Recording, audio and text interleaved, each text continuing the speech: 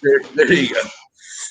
Well, we're live, and I have brought this amazing, tremendous crew of people together to probably have one of the most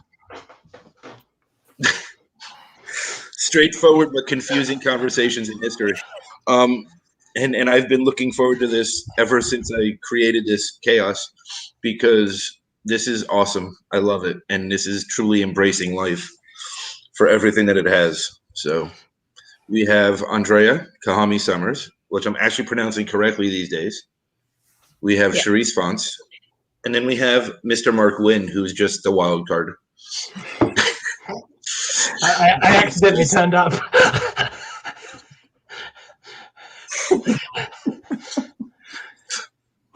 So why doesn't everybody introduce themselves? Andrea, go first. I don't even know where to go with this right now. Like, I wanted to talk about labelism, but it's pointless. Like, I just don't even see it as a topic to speak about. Let's follow the journey and where the energy takes us. That's it. A little bit about me. More on, I guess, my journey. I think that's a good place to start. I have all kinds of skills that have been labeled, to tie it into labelism, weird, not normal. So I grew up just feeling like I didn't fit in. And that shaped all kinds of aspects of me that I learned to hide in all kinds of ways, to be safe, right? So I followed the path that my parents had wanted for me, right? Go to college, get married, have kids, have an awesome career. And I did that. And I killed myself in the process doing all of that. And I didn't have joy, happiness. The joie de vivre was not part of my life. So as I really rediscovered myself and my spiritual gifts in my late 20s and early 30s, I started a path of self-discovery. And within that, I uncovered just how my gifts can help the world around me. And yes, there's the quote unquote day job that I had, which was marketing, advertising, corporate communications. But these gifts that I have actually help me do all of that effectively, and help really bring companies together, top down, bottom up, all across. And where I am in the past couple of years is bringing those gifts together in an interesting way. It's led me to Charisse and to Marc, courtesy of Mike, who I met, in August of last year. It seems like I've known you it seems like I've known you forever, but we both know that I have. Right. It's been trillions of years, so we're good. We're good. You just look better for your age than I do. Couple trillion years, give or take. Anyway, so that's a little bit about me. It's like the corporate and spiritual have come together to this wonderful year of 2021 and where we are today and where we're heading. So we'll go with Charisse next, because I'm going to definitely leave Marc for last, because Marc is going to just be Marc. So he has to be last. Go ahead, Charisse. I'm bored of my own story.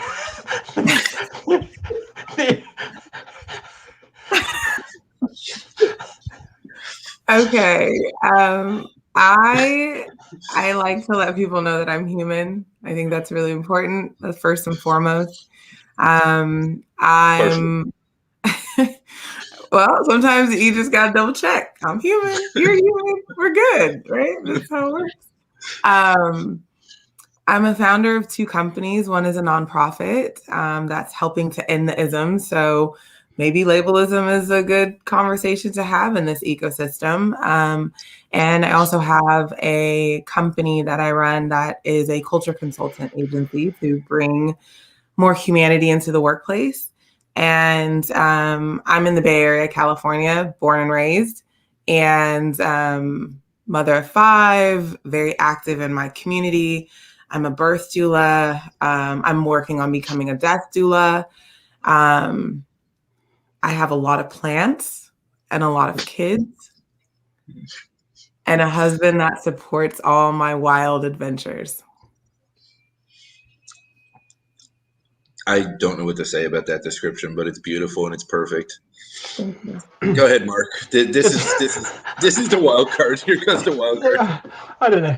I'm more alien than human, I think. But I think people would.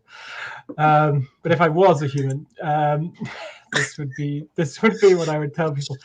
Yeah, I mean, I was entrepreneur in a past life, and then started mentoring entrepreneurs to build thriving lives, and then in 2013 got very interested in the alchemy of community and how do we bring communities together to create wonder and life and social innovation, and so really I'm at my best and my truest version of self just hanging out, having coffee,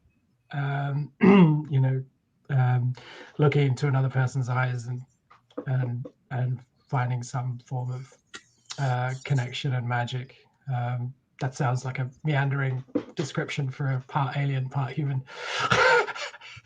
But fundamentally, I'm a community builder and connector first and foremost. And the gifts have surfaced and developed. But interestingly, if we think about it from a label point of view, I grew up, as I like to say, fat and ginger, and and lazy, I think, was another label associated with me a lot. So fitting in was never something that could be achieved, and so I was free from the tyranny of conformity, and managed to kind of find a great deal of self-acceptance over time when I realized that I was only ever going to get anywhere by being who I am, which is hopefully someone you see before you today. I'm still working on figuring out who I am, and that's okay, and I'm okay with that. It's an ever evolving process. How I would have described myself a year ago was a lot more labels than how I describe myself today, and that's partially to all three of you being in my lives, many lives. It's labels are treacherous, they're torturous, they're horrible. They start at youth and they destroy us from then on. They're created to divide, to separate, to categorize, and put us into groups and associations. They are the destruction of the human race because we are one race, whether people believe it or not, in my mind. But as Mark would say, I'm probably overthinking. And I learn from Mark. It doesn't mean I listen all the time. So Mark, it's a process. We have to appreciate the process, Mark. I'm still working on the chocolate thing, seeing everything as chocolate instead of struggles. We're getting there. Maybe truffles, because then it's chocolate shit, right? So then maybe that's how I mix that in.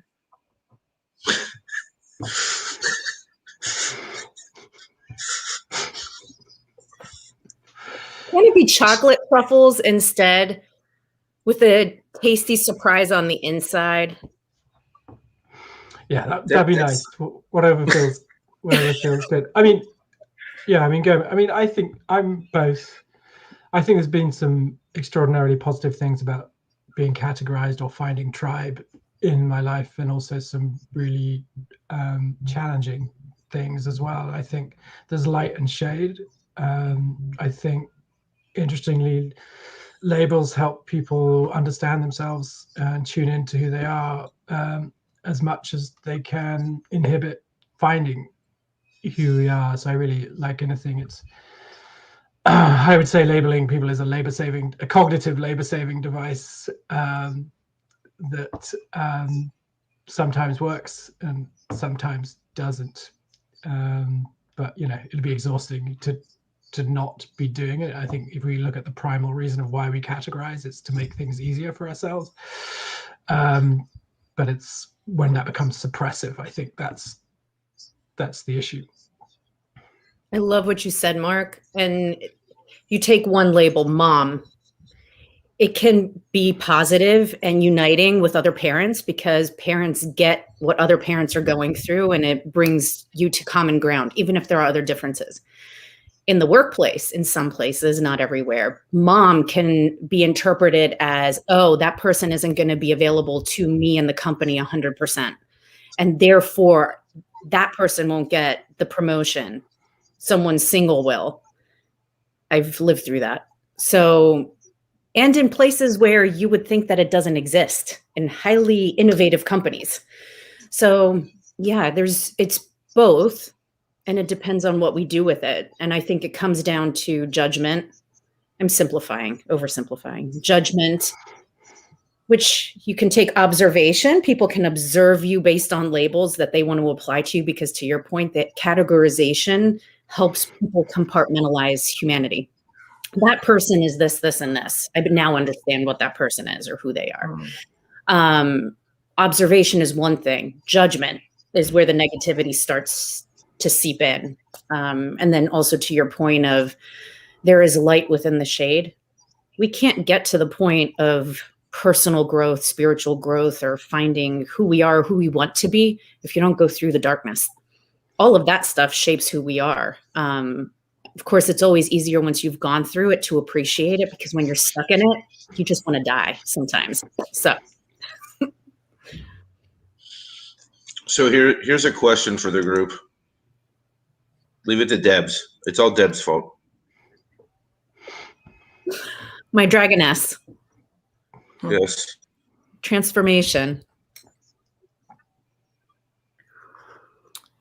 Marc, you want to start with it? I think what makes a label is something that you can't get out of. And it tends to pop up. Like I did this post where I was like, you can call me Black. Totally fine. I prefer it over African American. But here's the catch. You don't need to use it every time you describe me. Oh, that Black girl over there. We're known as the Black family. My husband has no melatonin. Well, he has a little melatonin. I have way more than he does, but we're known as the Black family. So I think a label is a label when you can't get from under it. And to both of your guys' points, when society really latches onto a label, that's what you start to see in the headlines. Black person this. Why can't they just say person? You can obviously see from the picture, right? You know, it's a very interesting way that we use them. But I understand like the tribal aspect of like that community. But I think in today's world, we don't have enough of that to balance out the fact that society uses labels to really segregate and to disempower us as humans. And so I believe a label is something that you can't get from under. So whatever that is, mom is a great example. There's so many moms out there that won't practice their own self-care because they're a mom. And that means I need to look at you every single day in the face and do all, it's like, no, that's one component of who that makes up your being. It's not the solidifying component of who you are. So that's my answer, Deborah. Marc, would you like to add in? Yeah, I mean, I suppose label to me is probably a bit simpler. It's any form of categorization. So I'm sitting with the fascinating perspective that different people would hold the same looking word in a different context, right?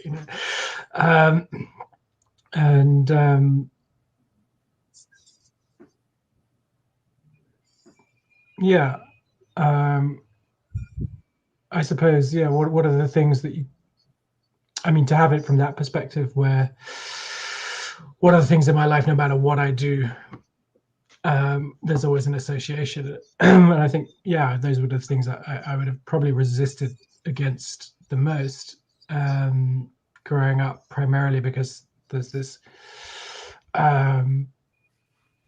inability to express oneself as an individual as a sovereign being if there is an attachment to something else. And I suppose as someone who is very nonlinear, very different, out on the edge, I think there've definitely been periods of time where I felt the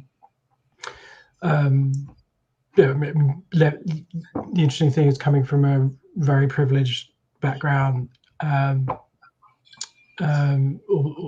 It's been interesting that there's ultimately one part of it, it's an incredible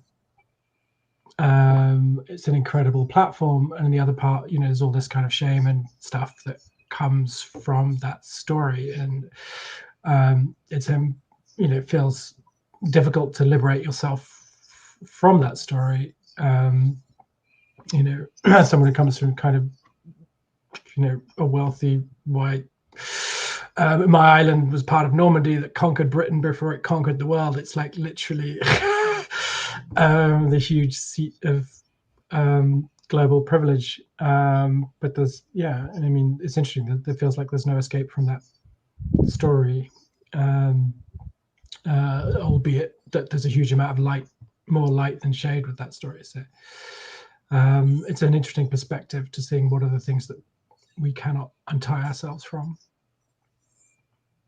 I think that very point is what makes me struggle with the very first question that Mike asked all of us. Tell us a little bit about yourself. I have to resort to labels or what other people understand. I am me. In the course of conversation, we can explore what that might look like, because there's the corporate side, the personal side, and I think with our upbringing, and at least in the time period that we were raised in, right? You were taught to be a certain way to fit in society and whatever community you lived in. And those labels all applied to you. But now I'm like, even looking back, all of the labels, you mentioned, Marc, earlier, alien, Charisse, human. Absolutely. And within that and beyond that, there's witch, goddess, sovereign being, whatever you want to label us. But at the end of the day, I'm just me. I'm a human trying to get through this lifetime, and there's a whole bunch of other layers within that. But to label me puts me into a category, and I'm locked in because how I define something as positive, let's use the term witch. To me, there's nothing negative associated with that. However, I currently live in the southern United States. There's still a feeling that I might be burned at the stake. So it's not really a positive thing here. Those labels, the labels that limit us, prohibit us from being free of the tyranny of conformity. I love that you said that, Marc. You need to put that on. Like, please don't joke on that. Dying on air would not be useful. I don't know. Labels to me, I've always seen them as a negative when I was from childhood, because I was always labeled so harshly in many, many different ways, tons of different labels. It was always how I was described. And it was always a negative connotation to it. Over time, I've rewrote some of those stories. Over time, I've healed and, worked through and processed them, or just released them. Labels have the power to unite or destroy, right? And again, part of it is what we allow them to do, what we allow them to be, how we allow them to impact us directly or those around us. And then part of it is just society norms and systemic issues that, have to be corrected over time.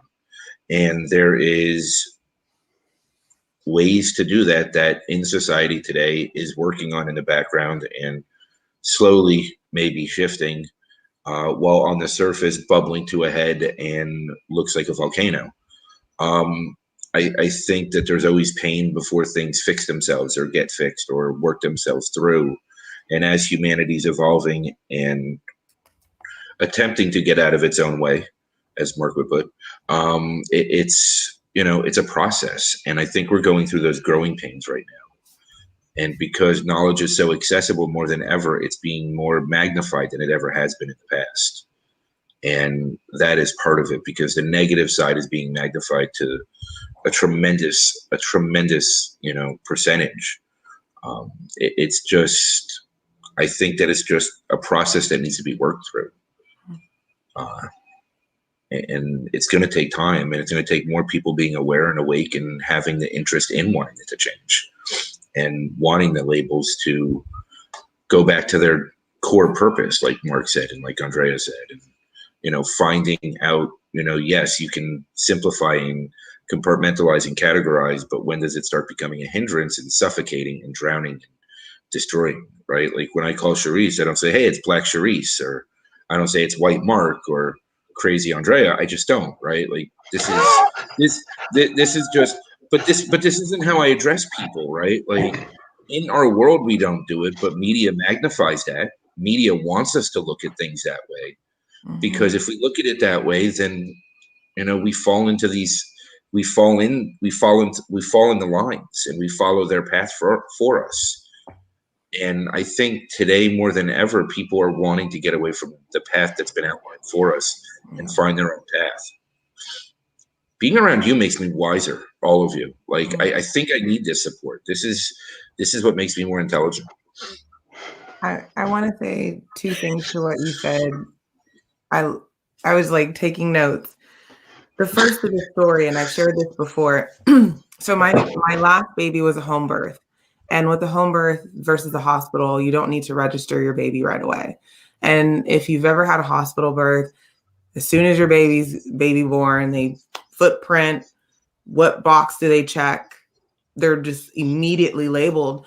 And what was beautiful about going through this home birth, one experience I had in Bali when I went to the Bumi Sahad Birth Center and I had them check the baby while I was there, the midwife checked me out and then went to my belly and said, "Hello, baby." And it was the first time, I got so emotional. I was like, did you just talk to my unborn baby, like a little human? And then the second thing was when he was born, first, the midwives don't call out the gender anymore because they've gotten it wrong a couple times. So we have to kind of wait. But for about 4 months, I didn't have to say he was Black, he was white, he was this, he was that. And he was unlabeled. He was just, his name didn't even match him. And I felt like that was a really beautiful moment that I will never forget. And it really does, at what point does society label us? The second thing that you mentioned, or the second thing I want to talk about is, Mike, when you mentioned pain, and I wrote down pain, and I'm going to use birth analogy. You guys knew it was going to happen, but pain usually lets us know that something is happening, oh, labor or this, or that something is wrong. And I will say that right now, as we see everything that's happening in the world, this pain that we're feeling, this pain that people are like, I just can't get rid of it. Something is wrong. And we've taken these labels way too far, and they divide us. They don't bring us together in the way that they're supposed to. And so that's where we're starting to see that pain. So I just wanted to say those two things to what you said, Mike, because I thought it was really nice. And yeah. I love how you said that pain is it's notifying us that something's wrong. And I think going back to just this, maybe the umbrella of this conversation is transformation. It takes me to Hawaiian mythology and the fire goddess, Madame Pele. So fire goddess, volcanoes, destroys everything in its path. And yet it creates the most fertile soil from which the most amazing things can grow. And the energy is unbelievable in those spaces. How can we use the things that harm, the pain that's bubbling up, into positive transformation? And to me, transformation has some negative connotations to it. I look at this as more evolution. We are evolving into a new state of being. how do we take these things and not just internalize it, allow ourselves to process it and sit within the pain, sit within that transformation, but grow from it, and then lead by example. And that doesn't mean that we have to be the president, an emperor, any of that. It's how are we involved in the community? How do we speak to people? How are we present? Do we see each other's humanity versus the labels? And people learn from that example as well. Love that. I think what's really interesting is if you have experiences where you're in spaces that, or experiences or spaces that move beyond the label into. I remember the first time I really experienced this was I was in the desert in Burning Man, and they were doing these kind of these kind of shamanic eye staring experiments where we were just like for minutes staring into a stranger's eyes that you'd never had a conversation with or said a word to, and boom, there's this incredible, extraordinary experience of common humanity. And certainly if I look at all the work within community development and things like that, if you create spaces, and I'm sure you do this as well, Charisse, if you create spaces and containers where people can realize that we're fundamentally mostly the same, there's something profoundly transformative about that process. I think in a lot of my work, I'm always searching for the simplicity, the other side of complexity, and because I'm lazy to label, and I think what I've witnessed so many times is how utterly freeing and liberating it is to not have to have the exhausting process of categorize everything around you, because it is relentless. I think people worry about labels, but the process of subconsciously labeling everything is just phenomenally exhausting. Should I trust them? Shouldn't I trust them? Should I? And it's like that's like this big computer running off in the background. And of course, we're neurologically we're designed to operate in tribe scale. Now we're trying to process and categorize 7.8 billion people with global stuff and algorithms and stuff like that. And it's like, to me, it's like, man, once people realize that that's an exhausting process, and it's easier just to go through several experiences that realize common humanity exists. And once you can find that regular anchoring point, as you would if you stared into their eyes for 2 minutes, you would feel this soul connection, as you would if you weren't allowed to say, what do I do at the beginning of a conversation, and you ask deeper questions of each other. It's a great experiment that some friends of mine did with these cards, where we created this coffee experience and nobody was allowed to say what they did, and they just had these random questions, and everybody just created these amazingly powerful, deep connections of common humanity, because we got past the veneer of story. And so my provocation to this thing is I think we're crying out for energy saving and common humanity, and getting beyond the label, to me, is because life is exhausting, and I think this one of the best ways to find life easy is to just see humanity rather than complexity. So it doesn't need to be that hard, and that's why I'm quite hopeful as more and more people are realizing that. I think there's a concept that applies to everything you just said. If everyone on Earth could understand it, grasp it, and implement it. And credit to my husband, who said this probably 2 weeks before Charisse said it to me. The word is Ubuntu. I am because you are. I am because we are. There are no labels within that. Charisse and I work together in both the company and nonprofit arm. And even within our tribe, like throughout my entire career, even if I worked with the most positive of teams, labels, competitiveness, career climbing, whatever it was, always seeped in at one point or another, even if everyone did actually care about each other at the end of the day. None of that exists in this tribe that we have going on. And I know, Charisse, I'm totally speaking on behalf of what you've created. But even within this experience, none of that is there. Everyone works collaboratively. There is no judgment.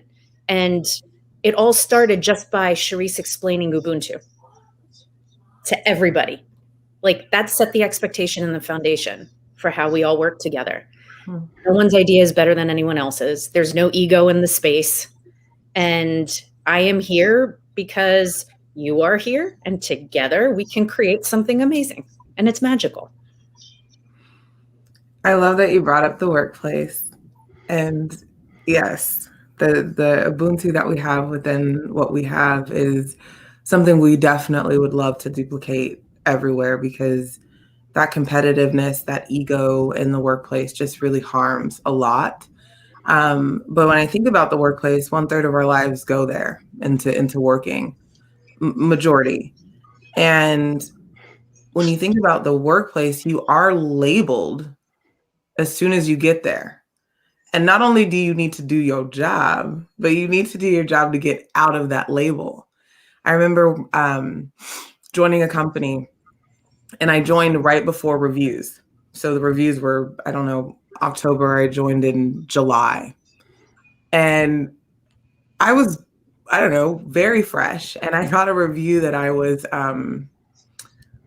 that my face didn't look like I was excited about what other people were saying. And that I was, something about aggressive or something like that. And I was like, oh, well, that's interesting, given that I haven't been here for 2.5 seconds and nobody has really gotten to know me. But there was a label that was given as soon as I walked in. So not only did I need to do my job, and this doesn't just, and I'm not going to be like, oh, because I was Black. This has happened to a lot of people, because there's something that you said, Marc, like spending time with another human. This concept of Sisi Nasawa, we are the same. We're like water and rain, right? That's what it is. And that concept of being with another human, the workspace doesn't create space for that. You're thrown in, you get a crappy ass onboarding, and you're expected to work together, and there is no tribe. And so now you're combating a label that maybe you have no idea this. You know, Marc, how you said like you were labeled early on, and that kind of followed you for a while. You don't know what labels other people are dealing with, and then they have to deal with that in the workplace, which doesn't create that space. So you're trying to make a living, get under a label. You know, I just think that I believe that everything that was said here is really so transformative in the sense that it's really simple. I teach a workshop called How to Become a Racist. And in fact, tomorrow is stereotypes and bias. And I talk about labels. And what's interesting is labels are usually gifted by someone else, and by someone else's ego and limited belief of the world and themselves. And you have to be very mindful of what label you allow someone to gift to you, because depending on your relationship to them, whether you look up to them or you have just more of an acquaintance, that can kind of stay with you for a while. And I use the story when I don't even know if this was like, I was young. I was like 7. I don't know if this was 100% true, but my grandma, who was my idol, mentioned, said something to the extent of, oh, you're melodramatic, or something's melodramatic. And I thought she was talking about me. And I was like, my grandma thinks I'm melodramatic. That's amazing. I was like, oh my gosh. So I went through my whole life, embarrassingly enough, up until a few years ago, did not look up the word melodramatic at all. Owned it. Was like, I'm melodramatic. Yeah, my grandma said it, you know. looked up the word, and I was like, oh no. That is totally not me. And so that's what I mean, like being mindful of who's gifting you that label and making sure that you're also not the gifter of a label, but that also means to be able to heal your own wounds in the process. But I'm really enjoying this conversation. I think that I believe everything that has been said needs to be said and amplified for the sake of our humanity. Yeah, I mean, for me, what I've learned over the last, let's say, year, 13 months, 14 months, whatever this period of time's been that I've been in my healing oasis, which I used to call hell, so I'm progressive. And at times is like Florence. But it's what I've learned through this is, and somebody actually pointed out to me that, I talk very harshly and bluntly towards myself. So obviously, if I'm labeling myself and I'm pushing myself into a corner and I'm putting certain expectations and labels and outcomes and all these different things upon myself and judging myself and blaming myself and shaming myself, there is no way in hell that I could walk through this world, deal with people every single day the way that I do, and not do that to others.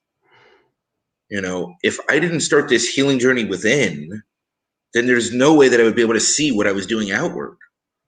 And it wasn't even on a conscious level. It was purely subconscious because I was beating the living shit out of myself.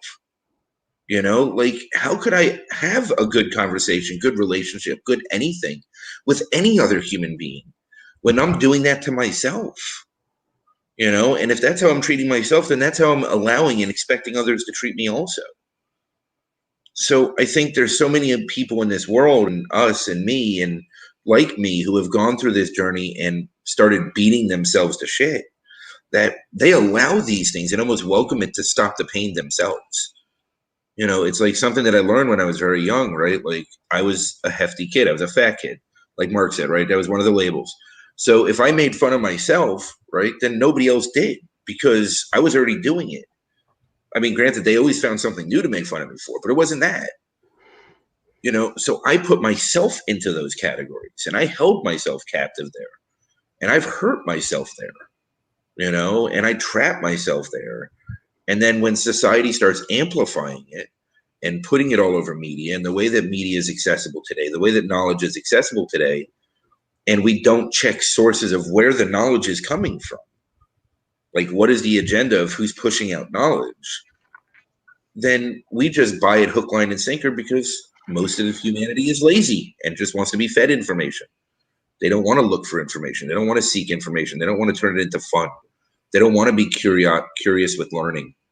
At least that's what I see. And that's where my curiosity for learning was stripped from me at a young age because I hated school. I didn't follow the prototypical plan like Andrea did. I rebelled at every corner. So that's just how I handled it. And yeah, I had the blame, shames, and guilts. I was pushed into corners. I was labeled. I chose the other path, which is to rebel at every single damn corner and just make my life a struggle on every level. And slowly I'm unraveling that now, very slowly, Marc. And but it is a process, right? It is a process. And, I don't think we have enough patience or love for ourselves to want to go on that journey. We're taught that putting ourselves first is selfish when it's the only way that we can live. If I'm not healing myself, my kids are not getting anything good from me. That's for damn sure. To that point, Mike, I mean, it starts with everyone around us when we are children. It's not just parents. It's the other kids that are around us. It's school. It's whatever is affecting us, athletics, whatever we're involved in, there is judgment. Are you okay? Yeah, I'm just talking. You start choking. There's a pattern. It's witchcraft. I'm coming to visit you next. But it's all around us. And the flip side to the negative labels, right, are the labels that are meant to empower us, but don't as children. So for me, goody two shoes, high achiever, kiss ass, which I wasn't, but other kids weren't straight A, B students, whatever. And I had set the bar just high for myself. But then I was never good enough by my own standards. Right. And I was not enough. And then I labeled myself because of how other people were labeling me, or teachers would give me extra stuff because I was a high achiever. But everyone around me, the class was like, well, you suck. Like, you're getting extra benefits. And I'm like, I'm just trying really hard. I'm like, I can't please everybody. And in the end, I wasn't pleasing myself. So that mentality, right, lays a foundation as a child into adulthood. And then as an adult, we have to break that narrative that we created for ourselves, that was prompted by the world around us. To go through that process is painful, and it does not happen overnight. It takes forever, because you have to start thinking about, why am I acting this way? Why am I being, to quote my son last week, I'm going to say a bad word, but he called me from college to apologize to me for a conversation that we had, because he was worried that he triggered bitch boss mom. He knows a very different side of me from many years ago, right? This kid is almost 20 years old. Who I am right now is not who I used to be. But there was a scary person who hadn't processed any of these things. And I was just lashing out at the world around me because I thought that was the only way of being. It wasn't until I was like, I hate being this person, and I was depressed, that I started to process, like, why am I this way? Do I have to be this way? To Marc's point, I'm struggling. Why are we making things so complicated and overthinking everything and triggering panic attacks and anxiety? Why? Who do I want to be? I can change everything. Just because I was a certain way doesn't mean I have to be.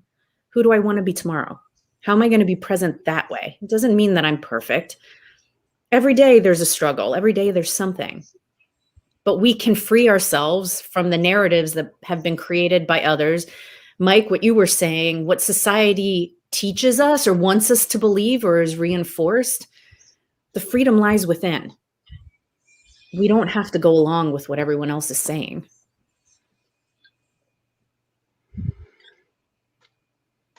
I think one of the interesting positive things at the moment is, I see the kids in this community, and I think where I was at the same age, and they're kind of light years ahead in terms of getting a lot of this, so I'm really kind of hopeful that, it doesn't need to be as tough for the generations below us, because, they're maintaining their wisdom for much longer in the kind of environments and having to do less, unravel less. And some of that's down to, better parenting, more compassionate environments, and things like that. But I'm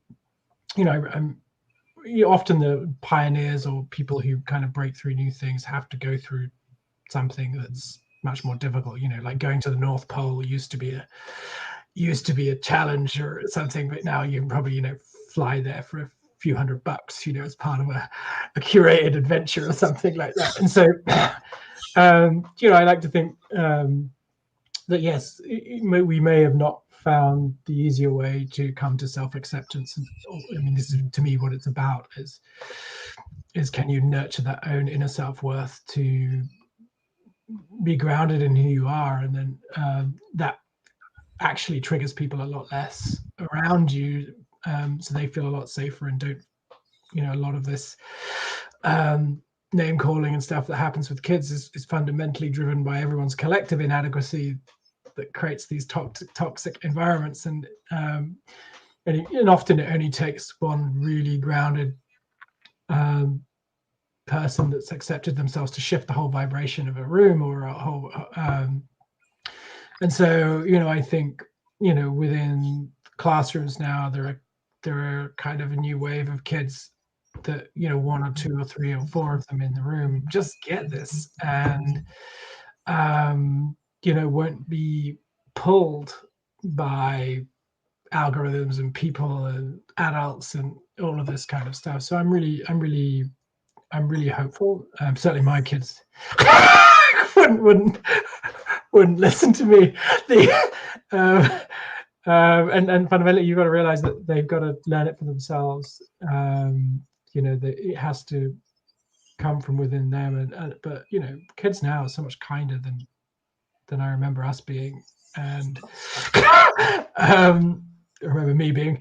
Yeah, likewise, I was a different person 20, 30 years ago, and my, you know, my kids and the kids in my school are just, you know, feel so much wiser than our generation.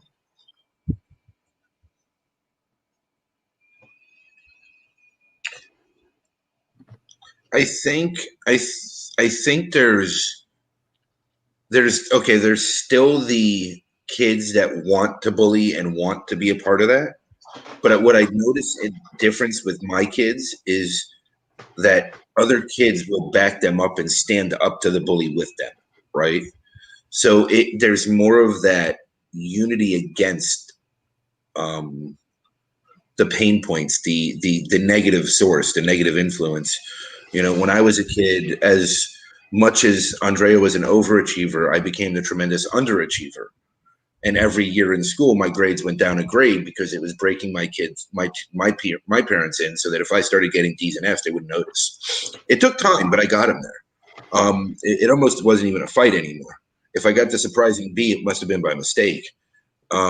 So for me, it was, you know, I protected the kids that couldn't protect themselves.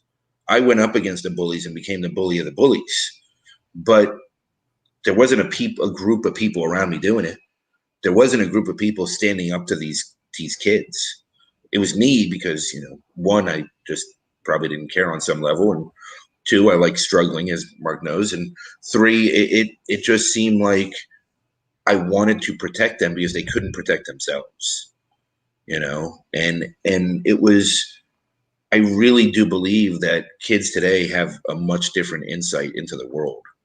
And that's one of the reasons that they don't fit into the current education system at all, in any way, shape, or form. You know, my son, Thomas, everything that he's been through, which I've gone through ad nauseum live, so most people that watch know, when William Floyd was murdered, and I started doing those anti-racism roundtables with diverse groups, my son looked at me and he said, "I don't understand why they killed that man." And this is a kid who went through all this abuse, who lived in the middle of nowhere in the deep South, where there probably wasn't a black person in the whole community. But he didn't understand on an empathetic level why they did it for any circumstances. So if that's the case, and someone in that kind of sheltered information where they had no internet, they had no digital devices, they really blocked my kids from their whole life, then it really is adults that teach them to hate. And it's us that teach them that these categorizations make such a difference and turn the labels into the negatives, you know? And when I sit down and I have these conversations with my kids, because I have them regularly with my 3 children, even my 3-year-old, because she's much wiser than I am on any given day, which I'm seeing now for a change. It's just very interesting to see their perspective, right? Like, their knowledge base is so much clearer, truer, purer of intent, and just like they see it for what it is. You know, like some of the conversations that I've had with my kids have really shifted the way that I see things, because they just have this non-conformed purity about it. Now, granted, I'm a little isolated and, you know, more animals than humans around, so that might have something to do with it. But I really see their purity, and it rises above the negative and the pain that they've been through. You know, my son looked at me and said, "When do I start therapy again? Because I want to get help." That's a lot for this kid to say. Like, that's a lot for him to say, you know, when he has these crazy nightmares and he can't get out of bed and goes catatonic for periods of time because of the pain. For him to say, "I want help," that's enormous, to be that self-aware. So why does society, and maybe the 4 of us are excluded from the people we are today, but I can promise you, before I've been on this 13-month, 14-month mission, I was parenting in a very different way. And I wasn't parenting the way I am today. right? Because I didn't know better because of the pain I was living in. So how can we help others to see that for themselves as well, as well. That's what I meant to say.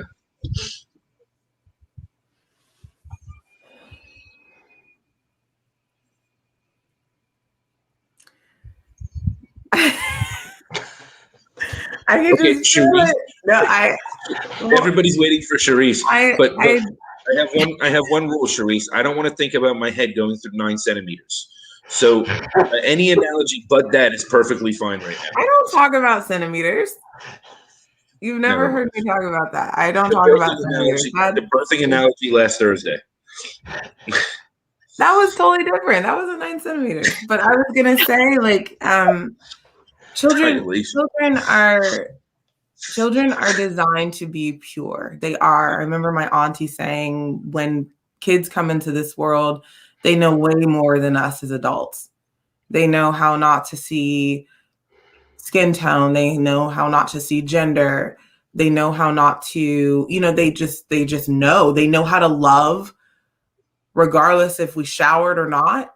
They know how to love and treat us, and they're just built with that. And they know a lot more than we do. And we could take a lot of cues from them, that simplicity of children. I will also say that comfort, convenience, and conformity is what is really driving this perpetuated issue with society. We want to be comfortable, we want our convenience, and we want to be like everyone else. And when we do that, we lose this essence of individuality, and we don't start to think outside of the society walls. And we don't ask why. We don't get curious enough. And as much as and comfort doesn't mean you are in continuous discomfort. It just means that you kind of press the boundaries a little bit. If you're working a job and it's like, I'm not leaving this job because I know it's guaranteed, like, that's not the kind of comfort you want to stay in, because there's no growth, there's no expansion from there. But when you look at children in their purest form, they teach us everything we need. And going back to simplicity of life, nothing in nature struggles to exist, and neither should we. And it's very simple how everything works. When it's winter, some plants just don't make it. And they don't put a fuss up. They don't make a fuss about it. They just go off, and because they know they're coming back. When it's summer, like, everything shifts and changes. When it's spring, the babies know to come out.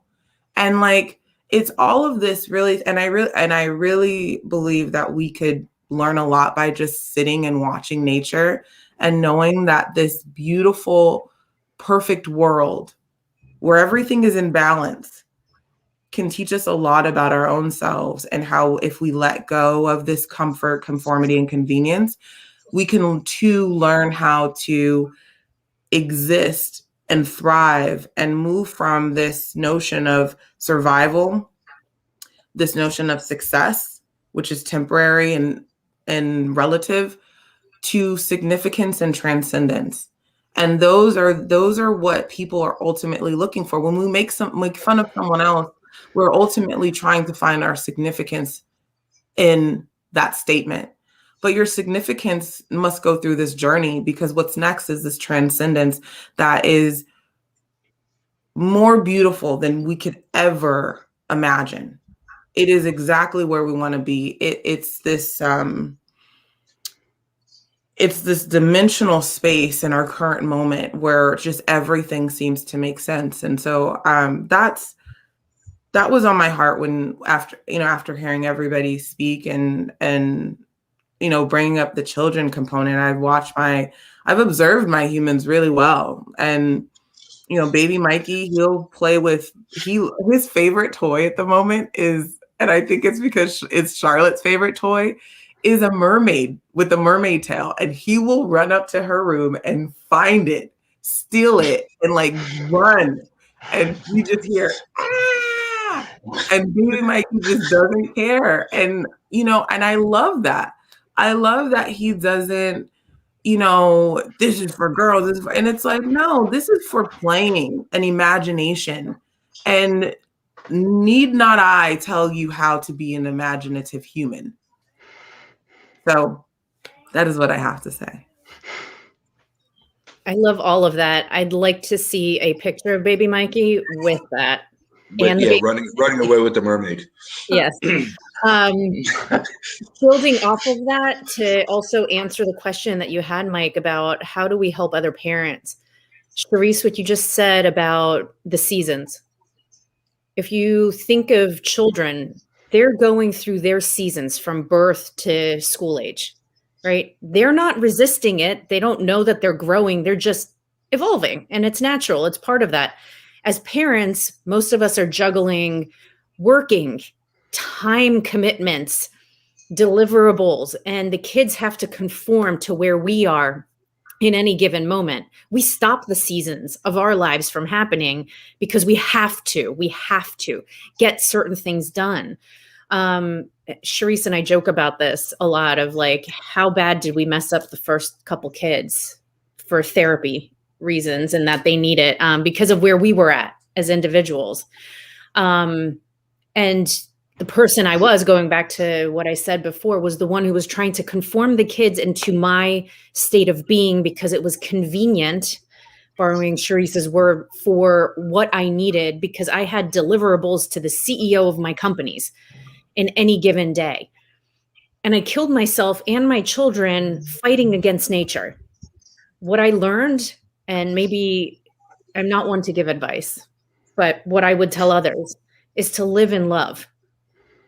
Make your decisions from a place of love instead of conforming into whatever is needed for work. I know that's easier said than done, but you can help manage up, I say, when I'm working in companies. Work with your managers, talk to them about, like, this is what I can do now. This is my timeline for delivery, and communicate clearly and openly about what's going on in your life or what's going on for a project, so you don't miss a deadline and wait until it's too late and then you add stress to yourself. But when you set expectations and you communicate clearly, and you are able to actually work in collaboration with the team around you, you can create balance for yourself too, so that your family and you are evolving through the seasons. And you're not forcing your kids to fit into your schedule, because then what they remember is bitch boss mom who had to, like, get stuff done. And like, what did you do? You didn't do what I told you to. And then they're terrified, and that terror sticks with them. And now my college age child still has that mentality within him, right? And now it's more the, no, you can relax, and maybe unbreaking or breaking the things that were developed early on. But if any of you out there have young children, you don't have to get to that point. Treat your little humans like humans, and not like something that has to fit, like a cog in the wheel that fits into whatever clock you're working on. So I talk a lot about slowing things down to the speed of nature. And from an organizational communities perspective, there's so much of a focus on day-to-day productivity, when really, and that comes at the cost of being able to slow down, because everyone is trying to get things done on a day-to-day basis. But the biggest thing we're seeing about, and COVID is really highlighting this, I think, is that communities and organizations move at the speed of trust, and trust is a relational property that requires time and depth. Like, we're having a deep conversation here, we're taking an hour. There's insight that comes off that makes us actually more productive over a decade, because we can take bigger leaps with deeper networks, and things can move over. So, it's a real practice to, and I think most people now have had an embodied experience of what slowing down feels like.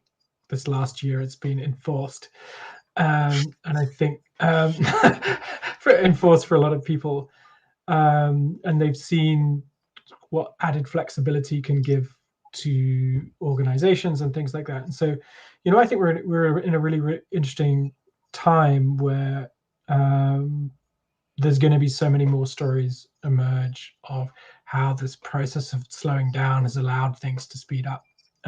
Certainly, the interconnectedness of my community is fundamental to its capacity to transition this challenge we've had in the last year. And if you look at the organizations that have adapted the best, it's because the data and the evidence will start to demonstrate that they've got strong relationships that can stand being separated and still being able to collaborate well, because you can't watch someone when they're not in the room, right? And so we're being forced to let go and forced to trust people get what needs to be done. And I think there's a whole waves of realization that are coming with this kind of collective surrender, and many benefits we're getting from being forced to take the time. The slowing down thing is funny, right? Like, I'm from South Florida before this 13, 14 months, and 5-minute walk from a Starbucks or Dunkin' Donuts any direction to an hour and 15-minute drive, and no delivery service to speak of, and Amazon Prime takes a very long time. It was taking up to 9 days at one point. Now I think it's down to 3, so it's getting closer. The mule moves faster this time of the year. It's very interesting, right? Like, I listened to Charisse, and I guess I didn't realize how much I learned from her actually also, which is tremendous because I learned so much from all of you. And I've been watching Sid, right? Like, the whole world knows who Sid is.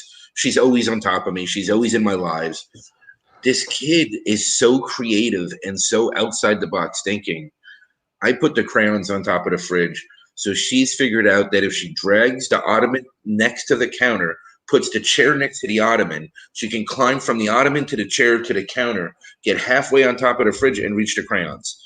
Now, keep in mind, she still hasn't figured out how to get down from the counter, so she always gets caught because she yells for me when she's up there. But the creativity and the curiosity to figure out those ways, right? And granted, I've had a lot more Barbie time than I've probably ever had in my life, because I spend hours a week now playing Barbies with Sid. For some reason, most of them have shaved heads like she does, so that's interesting. But it's this whole amazing process of watching how she inputs information and how she feeds herself information. Because with everything that's gone on in this poor kid's life up to this point at 3.5, almost 4 years old, right? Like, she has like a couple male Barbie dolls that are not Ken. I don't know who they are, but they're different males. And there's other Barbies that aren't Barbie, so I have no clue because this isn't my space that I understand. But what I do know is she has the little one that's Chelsea that she puts makeup all over with markers and then does it to her face to match. But what she does is she says, this is Mommy Barbie, this is Daddy Barbie, and she has names for both of them. And then she basically says, well, Mommy has to leave, and pushes Mommy away and puts Mommy somewhere else, and just spends time playing with the Daddy Barbie and the baby girl Barbie. And she's associating her life with this. And it's really making her more comfortable, and she's healing herself. Like, we focus so much on stopping them from wanting to process the trauma or what they've been through at a young age that we get in the way of them healing themselves in their own natural way. And a year ago, I would have never have slowed down enough to even notice this. Apparently, I needed to be around farm animals to slow down enough, because when I have human interaction, it takes me in a whole different direction. So the fact that I haven't, it's allowed me to see the beauty in what my kids are doing. I don't put time limits on their iPads. They go to sleep when they want, but I promise you, every day they get up on time. If they're too tired, they're going to go to sleep earlier that next day. I promise you. And this is how I've done it, because they've got to learn to manage themselves in the best way that they can. I can limit them all I want, but if I limit them, what am I teaching them? That there's always going to be limits for them. I'm teaching them that they have to create their own limits for themselves based on what they know they can handle. And yeah, there's always a period of time that it stinks, because fighting with them to get up or having those discussions, heavily heated discussions. They're not arguments. They're heavily heated discussions. But after a few days, they start going to bed earlier on their own. Thomas went to bed at 7 o'clock the other day because he was just that tired. He must have stayed up too late the night before. But you know what? He went to school. He did his homework. He read. Oh, he did find a cheating way to do his homework because right now they're on a reading drive. I got to say this because this is awesome. So proud of him. Best way to cheat in history anyway, by the way. So if your kids are innovative enough to find a way to cheat, let them cheat on their homework, please, because that will help them solve the world's problems. So the school is doing this reading event where every grade level reads the same book. I still haven't figured that part out yet. Not exactly sure how they're working that, but they all read the same book. I love that, Mark. That's a great reaction. Close to mine. And so what my son and daughter did was they talked to Siri. Siri found an audio version of it that's going to read them their chapters for that night through the iPad. And they still get their homework done because they don't have to read it themselves. And to me, that's a win. Because if you can go find the information and if you're creative enough to find a way to make it work for you, I'm going to let you do it every day of the week. I don't care. You're still doing your work. You're just doing it in a way that works for the future of the world, not the way that the world wants you to conform to. Anyway, that's what I have to say about that craziness. I'm just so proud of my little cheaters.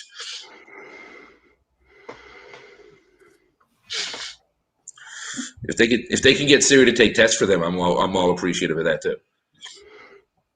Yeah, I think it's interesting. I mean, someone is, I try and teach my kids knowing when to play and knowing when to fold.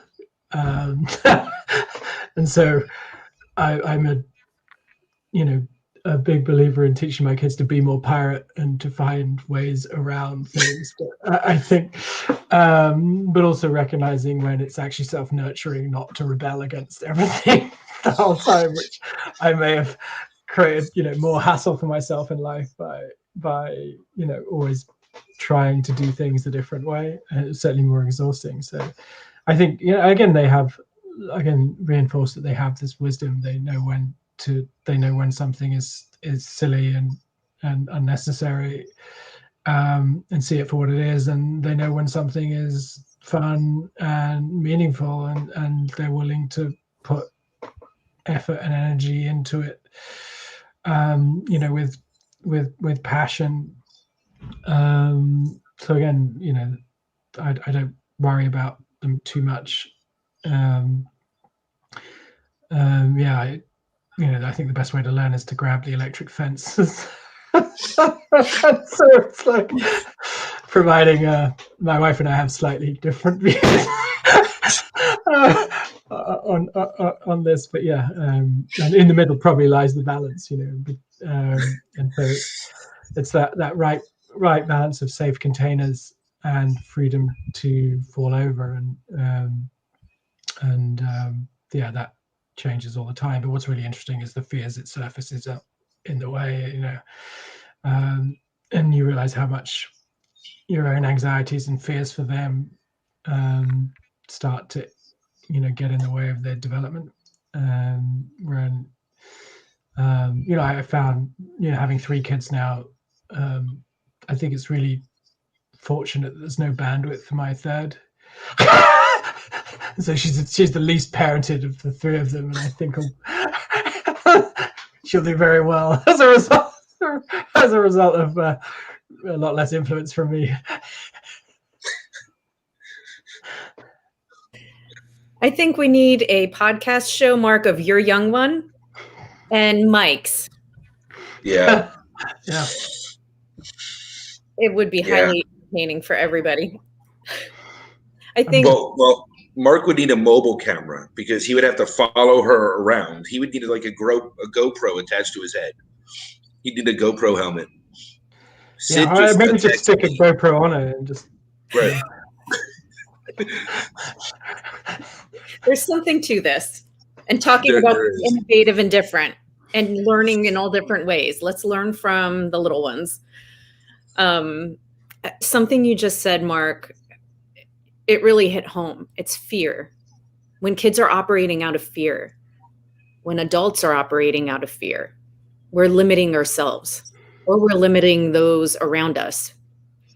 And for children, and I saw this with mine, when they schoolwork is a great example. When they're operating from a place of fear, they shut down. that innovation that's within them and way of finding things or being creative in how to just create something or think about whatever topic it is that they're covering or subject that they're covering, not doing it necessarily the way that the system told them to. Shout out to Common Core Math for destroying my children in the US. But when you empower the kids to be able to figure it out in their own way and that they're not going to get in trouble, they're afraid and terrified. I'm going to get yelled at by my teacher. Not even like what the home life is like. You're setting that up to take them all throughout life. They're afraid. And you just transpose or replace teacher with manager at work. I'm afraid. I'm afraid of getting yelled at. What if I don't do it the right way? I mean, I've seen this now for decades, right? How it plays out. And I think as parents, the four of us would agree that removing the fear factor and allowing them to explore and find their own adventures, it helps shape them to become mini entrepreneurs and innovators, creators in their own way, however they define it. But then they are farther along in their journeys than the people who are middle-aged. I will speak for myself and out myself age-wise, who had to break the labels that we were created, the sandbox that was put up around us saying, this is yours.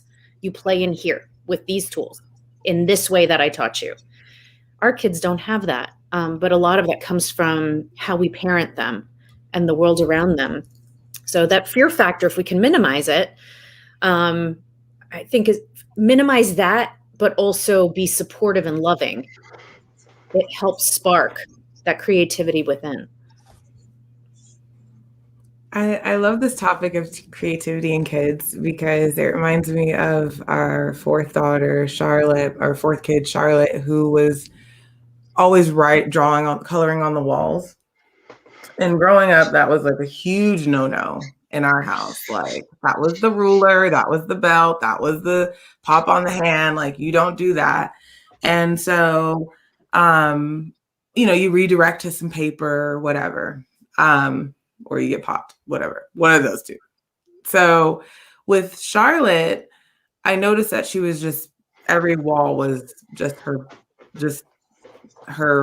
Bob Ross. And Mikey pointed out, my husband was like, we can always repaint the walls. Walls will get torn down. We can always do this. We can always do that. But we can't replace someone's creativity when we shut that down. We don't really know where that goes. It's if we say, no, don't do that. We don't know if that's going to suppress their creativity. And so, to this day, now Charlotte's 5, she was 1, 2 at the time. I mean, I could show you all of the artwork that she's given me, and like she expresses herself through all of these different little pictures, and every one I look different, and then daddy looks different, and it's just she has a story with each of them.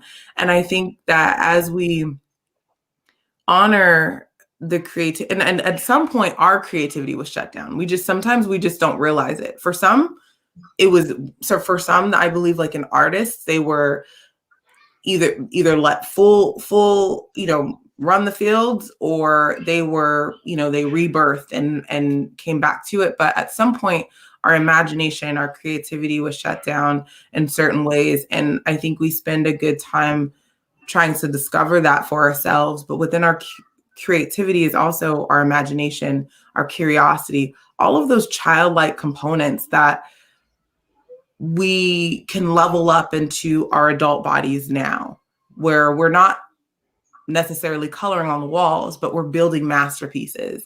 And that's what happens when we're not shut down, when we're not labeled.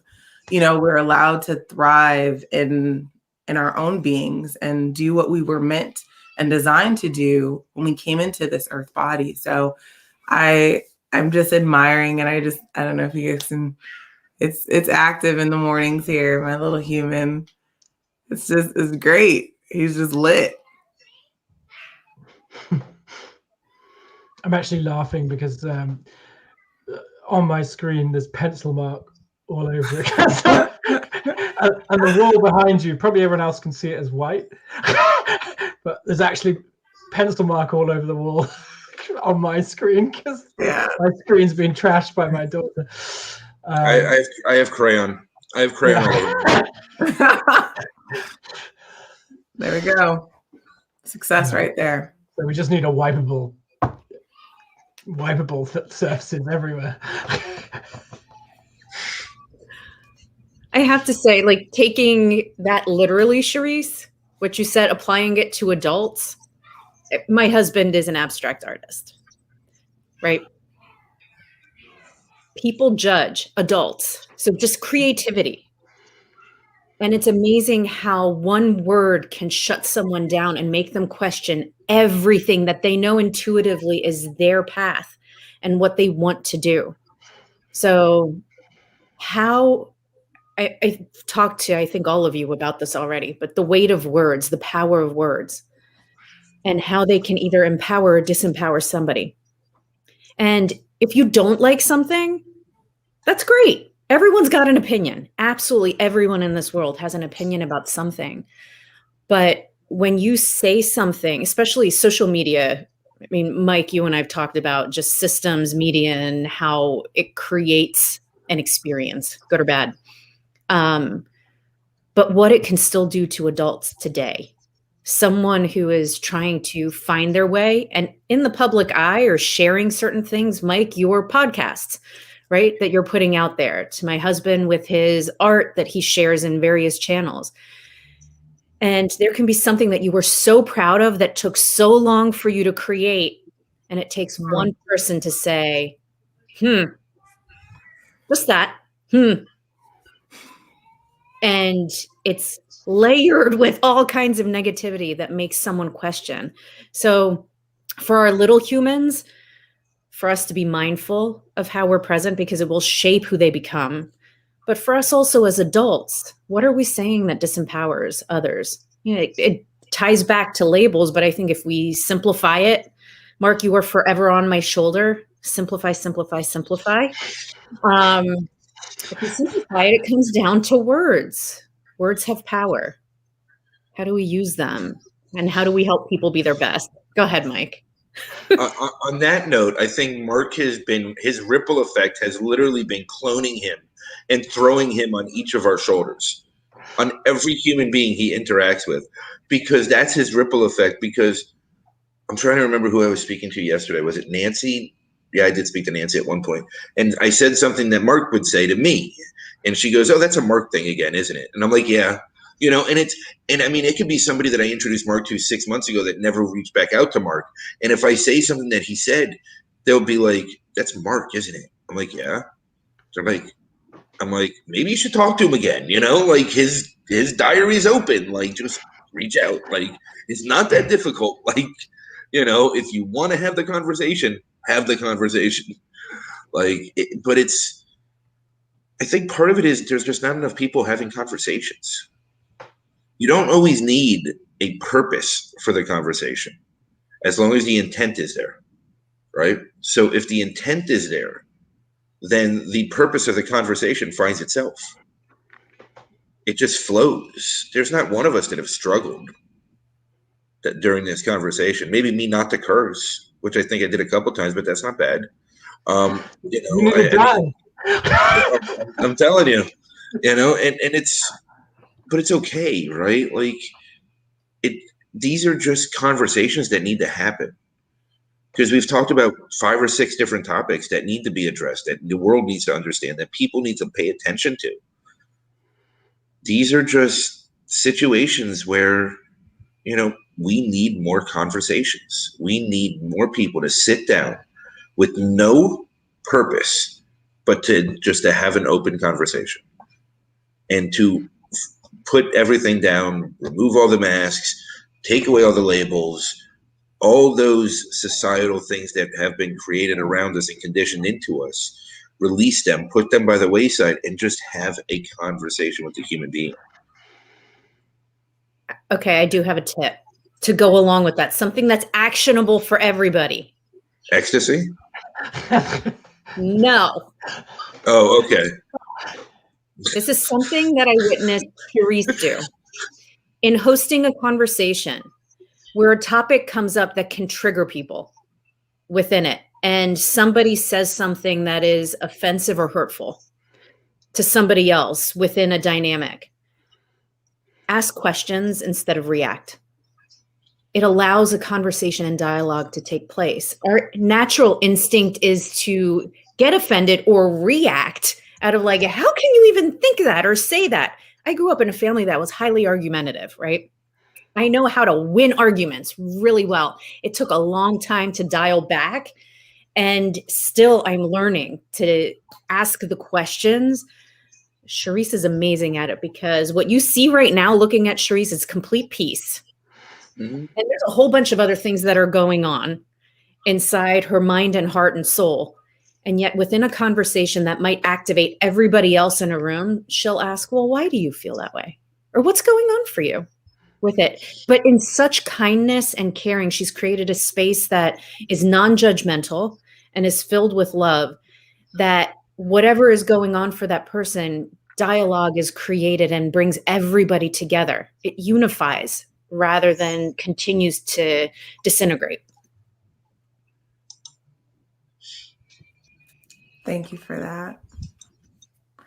I feel like there's enough divisive things in this world, and I don't want to be one of them. I think that mindset really helps with navigating conversations. When you think about the words that you use, going back to what you said, Andrea, life and death in the tongue. And as we're going through this journey of life, what you post, what you talk about, what you retweet, is it divisive, or is it bringing people together? Because if it's divisive, who cares? You get 1,000 likes, 58 comments, all that great stuff. But guess what? You're not bringing anyone together in a positive way. It's still divisive. And there's enough of that out there. And so it's, and for whatever reason, I was kind of looking at this, like why I was reading an article about like, why are we more attuned to like the negative? There's I don't know if you guys see on your LinkedIn, they have like the news stream or news feed on the right-hand corner. And I noticed, I took like a couple of screenshots because I was just like, I want to see if this is a pattern. And the more negative the topic or the headline, the more readers it had. And I was just like, interesting. Why? And I really think that the vibration that's used really, really needs a shift. And this conversation here is helping with that. Our collective energy is helping with that.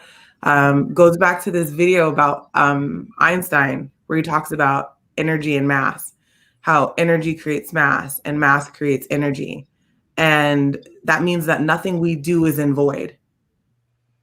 People are like, I want to make an impact. Well, you are. Might not be the significant impact that you're looking to make, but you are making an impact nevertheless.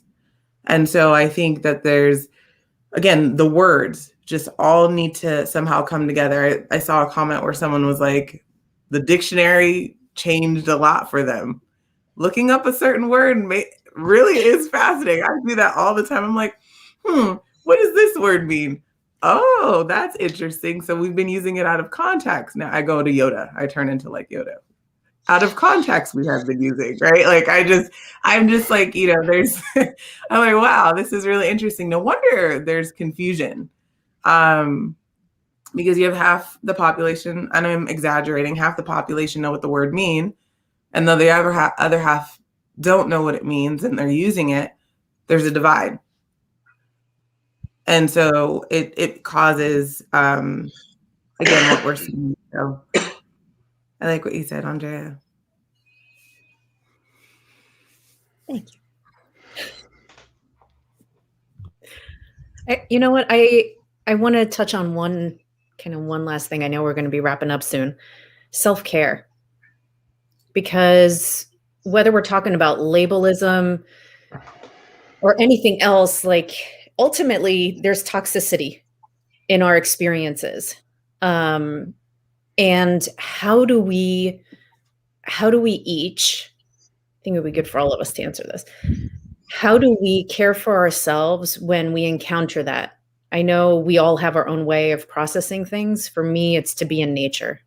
It is very healing for me to do breathing exercises and acknowledge it's not about hiding the feelings or the experience that I had. It's giving myself the space to be able to process it and come at it in a response that's filled with love, kindness, and caring, as opposed to creating more negativity and adding that into this world. That's not who I want to be. That's not how I want to be present. But being in nature by myself for a few minutes always resets me and it recharges me. It gives me that so that I can be present for whoever I'm speaking with next. But how do you guys all take care of yourselves, whether it's in response to labels that still pop up or those negative encounters that happen?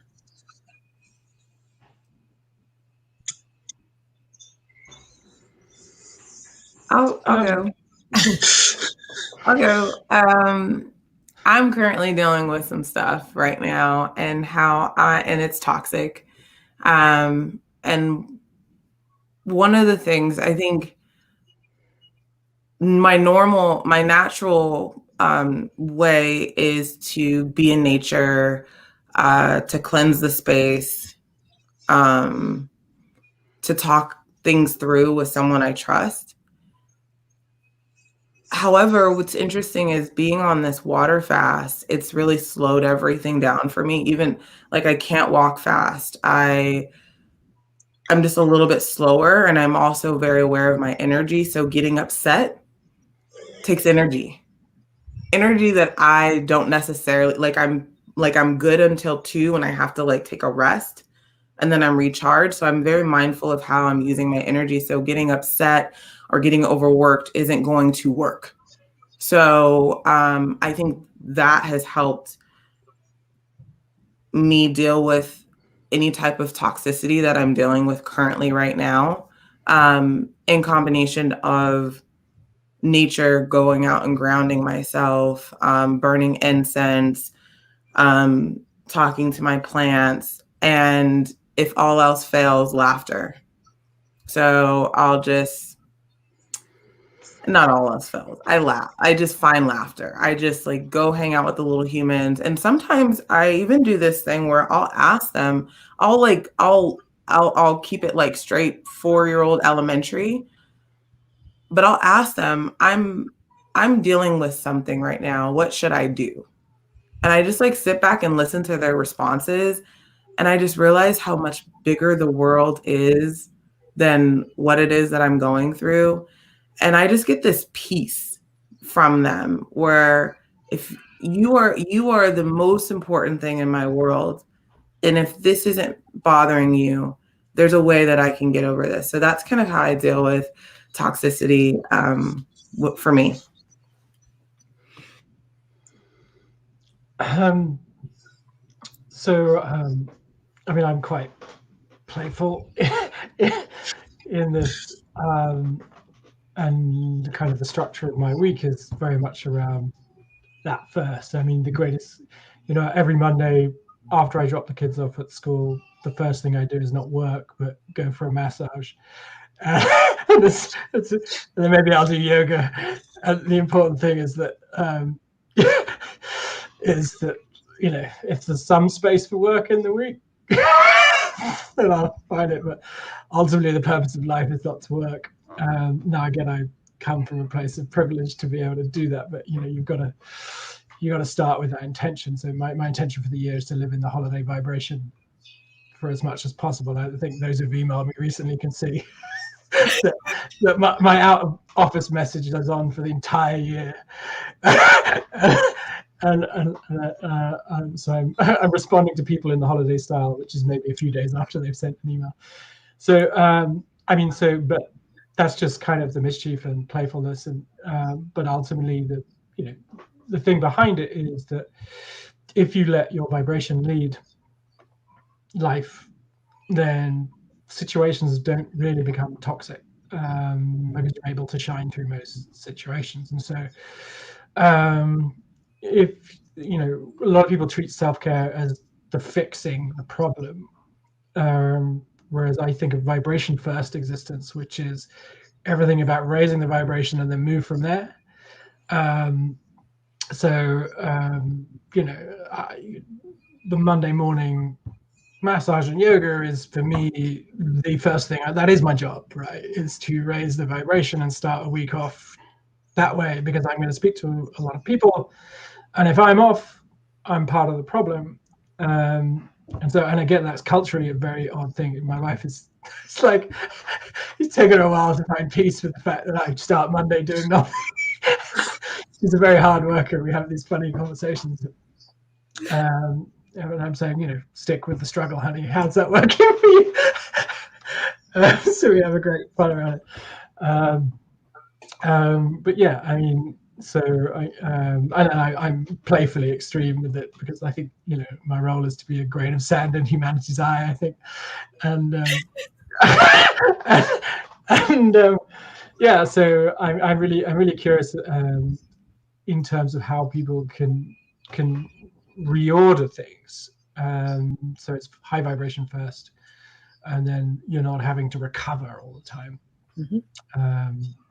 And I love how that can start. You know, Mondays for me have always got a good association, because I probably don't get going till about Wednesday. You know, you've got me, you know, Tuesday afternoon, really working hard here, you know.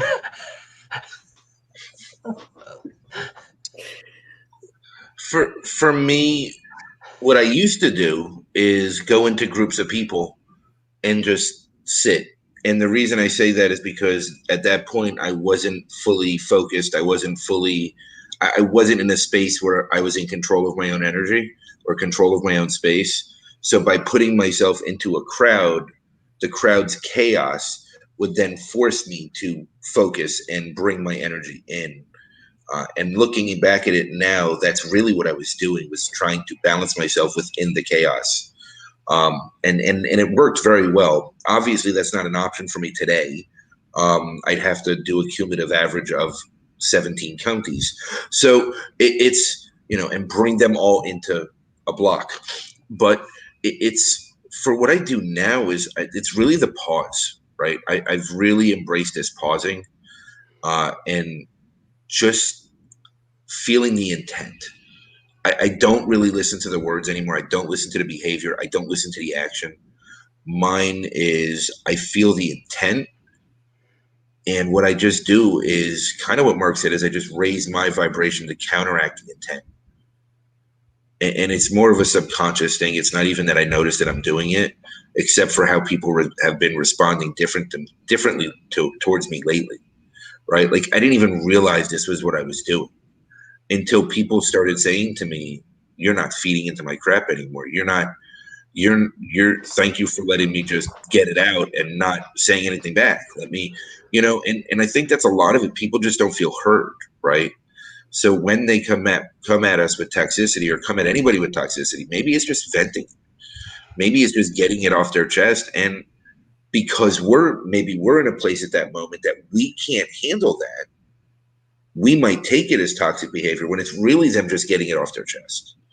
And again, I think that's where having more conversations, sitting down in a no holds barred, you know, just open conversation, just no judgment, safe space, and just being able to just clear it all out, you know. And that's hard to find. I mean, I have a few people in my life that I'm fortunate enough to do it, right? I mean, you three are part of that, my circle, right? You three are part of the biggest core of my life going forward. And apparently Andrea is a core of every part of, poor Marc. He won't admit that he loves the conversations, but that's okay. That's Marc, I understand looking in a mirror is difficult. I get it. I love the conversations. I understand looking in a mirror is difficult sometimes.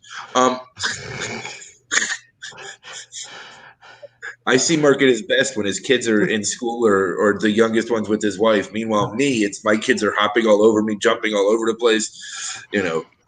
So it's a funny, you know, mirrors work funny at times, and our conversations all interact in there. and they're beautiful. And it's because we have that space for each other. It's because we're willing to go to that level and be there, you know. And there are a few others in my circle that are like that, and there's a few others that I know I can't, because either I'm not ready to with them or they're just not ready. And it's knowing where people are at, you know, and understanding that too, and no judgment, no anything, but allowing them to take their journey. And, you know, that's it, which I'm still not great at, but I'm working on.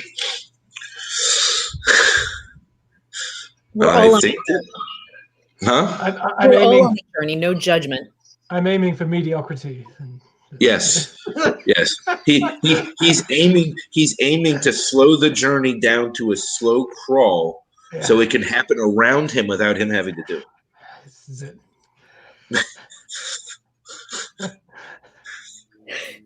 So many things, Mark. So many things to say. I know. Oh, this is Mike's show.